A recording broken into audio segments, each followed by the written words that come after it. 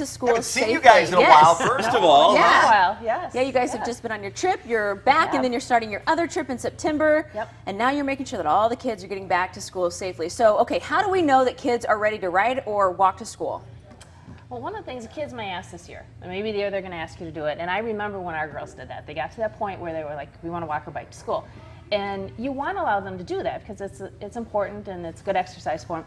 But at the same time, you want to make sure they're ready to go. Yes. And Peter's just going to talk about some tips and things you can do to check to make sure that your children are ready to go. Yeah, something people don't know is usually when kids are in about 3rd or 4th grade, that's when they first start to have the mental, the physical ability to do it and to do it safely. And that's if they've had good training and if they have good, safe places to ride. Okay. So are there sidewalks? Is there a bike lane? Low traffic? Are there good, safe crossings?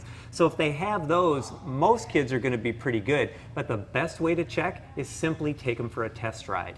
Oh, so right. on a Saturday or this week before school gets going, say, you want to bike to school? Awesome, you lead. And then what you're going to do is check for some key things. When they go to get their bike, do they put their helmet on first? Okay. Do they check their bike over real quick to make sure that it's good to go?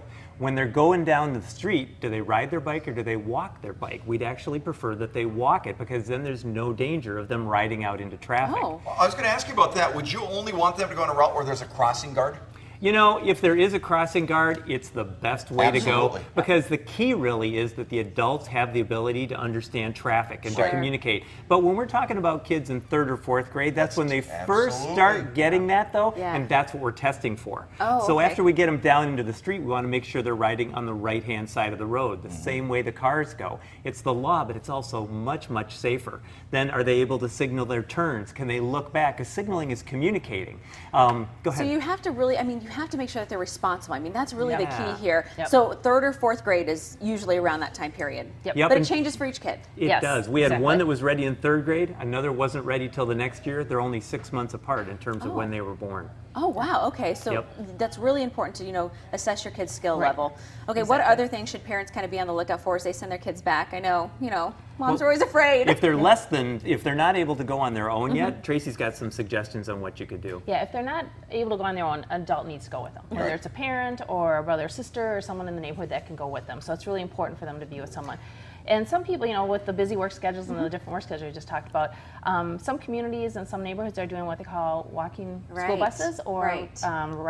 Bike biking trains. So someone in the neighborhood will volunteer their time to ride with the kids to school. Oh, cool. And then pick them up at the end of the day, and you just alternate that, and hopefully the whole community, the whole neighborhood will help those kids back. And put out some words of wisdom to the drivers Yes. out there Yes. during Yes. school hours. So here's the deal. Kids are going to be kids. We all make mistakes, but kids learn by making mistakes. We teach them what to do, but ultimately it's the responsibility of us adults who are driving the cars. You need to slow down. You need to understand when there are children present, they might do something unpredictable. You Yeah. can literally save a life by taking that extra second, treating those children like they're your own. Right. Absolutely. They just don't know at this point. Absolutely. And we're teaching they them. got so many things Right, going on they're around teaching them. them. You They're bet. trying their Exactly. best. Exactly. All right, Don't thank be you a guys. jerk. Don't you hate those guys? Yeah. Who do that? Oh, man. Yep. Yeah. Don't be Wish I that could guy. just run them down.